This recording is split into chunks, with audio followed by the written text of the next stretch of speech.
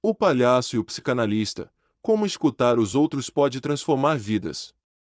De Christian Dunker e Cláudio Tebas. Canal Psicanalista Selvagem. Capítulo 22. Cuidado ou controle. A jornada da escuta é a jornada do agora rumo ao amanhã passando pelo ontem. Não acontece num futuro idealizado, nem se apoia no que poderíamos ter projetado dela anteriormente. Escutar é uma experiência que se renova a cada encontro. Justamente por isso, quando estamos presos ao capítulo anterior de nossa minissérie interior, não conseguimos escutar muito bem nem ao outro nem a nós mesmos. Para o educador espanhol Jorge La Rosa Bondia, experiência é algo que acontece quando estamos em nós. Em espanhol, para nos referirmos à experiência, dizemos, lo que nos passa. Ou seja, somos atravessados pela experiência.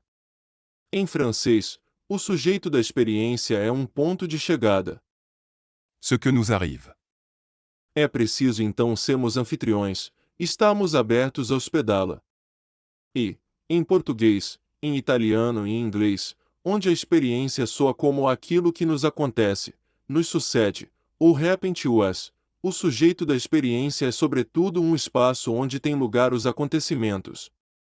É, portanto, incapaz de experiência aquele a quem nada lhe passa, a quem nada lhe acontece, a quem nada lhe sucede, a quem nada o toca, nada lhe chega, nada o afeta, a quem nada o ameaça, a quem nada ocorre. Fazer da escuta uma experiência é deixar que as palavras e os corpos nos cheguem, nos afetem, nos atravessem. Requer estarmos vulneráveis e disponíveis para a aventura.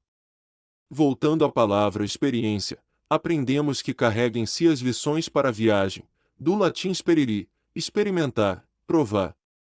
Periri, vem de periculo um perigo. E raiz per, que se relaciona com a ideia de travessia. O mesmo radical aparece em pirata peirates, como o signo daquele que não tem um lugar fixo no mundo, mas é um viajante depossuído, que vai pegando o sapato dos outros, deixados ou tomados por aí. A viagem da escuta é, portanto, a experiência do risco, do perigo e da travessia. Não temos como antecipar os rumos da viagem que se abre quando o outro começa a se abrir. Poderíamos chamar de desencontrole a nau que nos transporta nessa jornada rumo ao desconhecido, e de cuidado a força que nos encoraja a embarcar e a suportar as incertezas da viagem. Velejadores que partem para grandes viagens estudam minuciosamente suas rotas, prevêem alimentação adequada para os longos dias no mar, preparam-se física e mentalmente, sobretudo, cuidam um dos outros, atentando sempre para que cada um cuide de si. Todas essas precauções constantes municiam um viajante com a quantidade de ordem suficiente para ele poder, não só suportar como também desfrutar do caos que se avizinha. Podemos dizer que uma verdadeira aventura deve acontecer de forma caótica, caos mais ordem. Enquanto o cuidado atua no fluxo, a abertura para a desordem nos conecta com o aqui e o agora. Em uma conversa, assim como numa viagem, a quantidade de controle é inversamente proporcional à qualidade do encontro.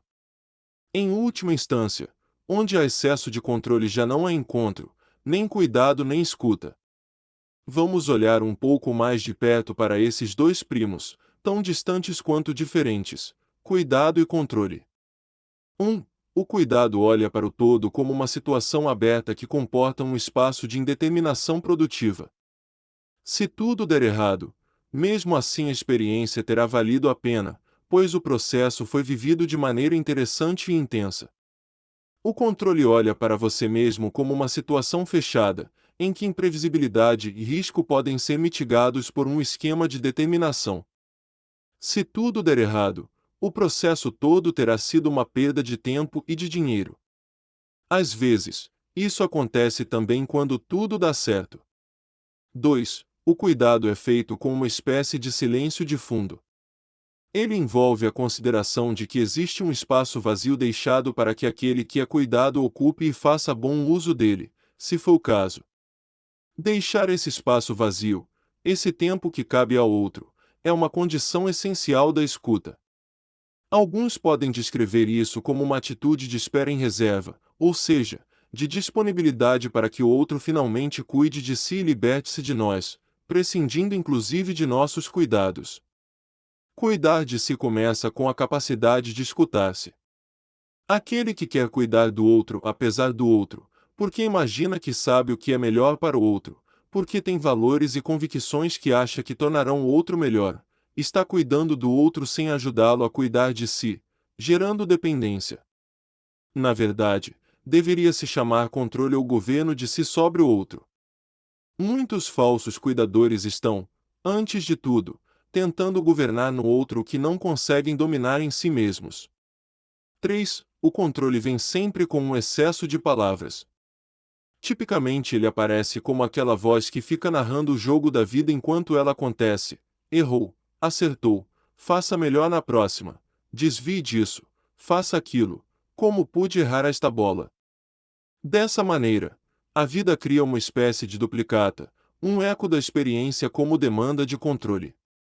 Existem as experiências, os encontros, os sucessos e os fracassos, que já são por si só bastante difíceis de enfrentar, mas além disso há essa controladora voz da consciência, esse juiz ininterrupto de nós mesmos que não cansa de auto-observar, julgando punitivamente as inadequações. Contudo, o controle não é uma atitude ruim em si. Adoramos controlar coisas e queremos ser controlados em muitas situações. A luta pelo controle remoto será sempre uma disputa por quem escolhe a música ou o filme e faz valer sua proposta.